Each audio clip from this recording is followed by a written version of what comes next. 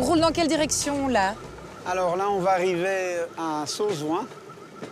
C'est un village que j'ai connu grâce à mon épouse.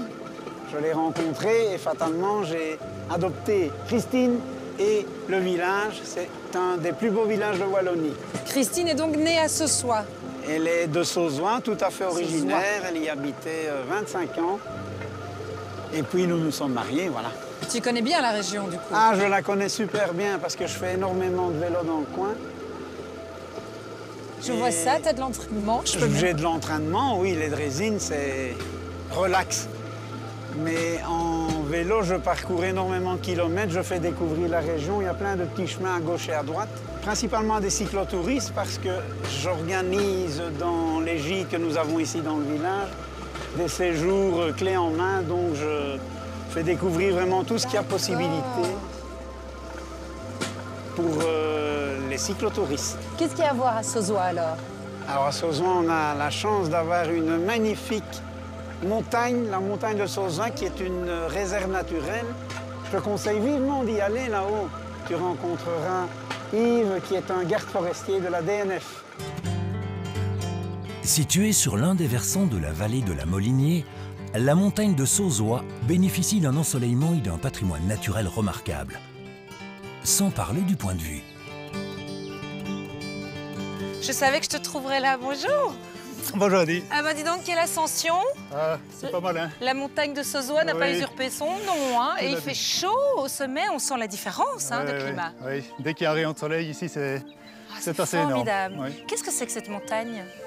Ça, on appelle la montagne parce que c'est une colline qui est là un peu perdue au-dessus du village de Sauzois. Et on l'appelle montagne parce qu'elle est minérale comme une montagne, elle a le même paysage, elle a les mêmes considérations de fleurs, de milieu. Voilà. On voit les drésines, je vois d'ici. Hein. Oui, là-bas, ce sont les drésines, oui. Amusant, ça. Il y a des espèces un peu particulières? Oui, ici, donc, c'est une réserve domaniale. Hein. Donc, une réserve qui appartient à la région wallonne. Et vraiment, l'objectif de la réserve, c'est de conserver tout son potentiel de fleurs. C'est d'abord la fleur qui s'est adaptée à ce milieu qui est très chaud, très sec, rapidement sec. Un peu méridional. Méridional, effectivement. Donc la flore ici se retrouve dans des conditions comme dans le sud de la France. Ah oui. Et comment est gérée cette réserve naturelle alors? On essaie d'imiter ce qui s'est passé il y a quelques dizaines, centaines d'années. D'ailleurs, j'ai même une petite photo à te montrer peut-être. Ça, c'est une carte postale que j'ai achetée il y a quelques temps sur une brocante. Et on voit que la réserve est tout à fait pelée. Vierge, oui.